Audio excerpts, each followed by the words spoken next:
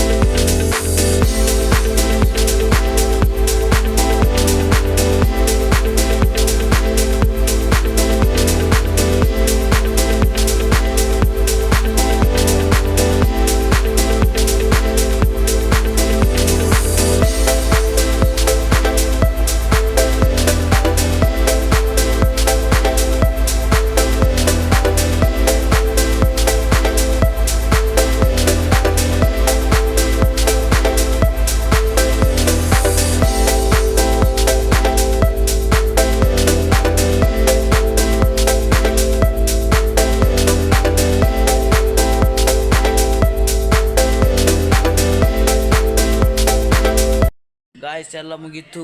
ಚೆನ್ನಾಗಿದೆ, ಲೈಕ್ ಮಾಡಿ, ಸಬ್ಸ್ಕ್ರೈಬ್ ಮಾಡಿ, ಮತ್ತು ಶೇರು ಮಾಡಿ. ಮತ್ತೆ ಸಿಗೋಣ ನೆಕ್ಸ್ಟ್ ಬ್ಲಾಗ್. ಬಾಯ್.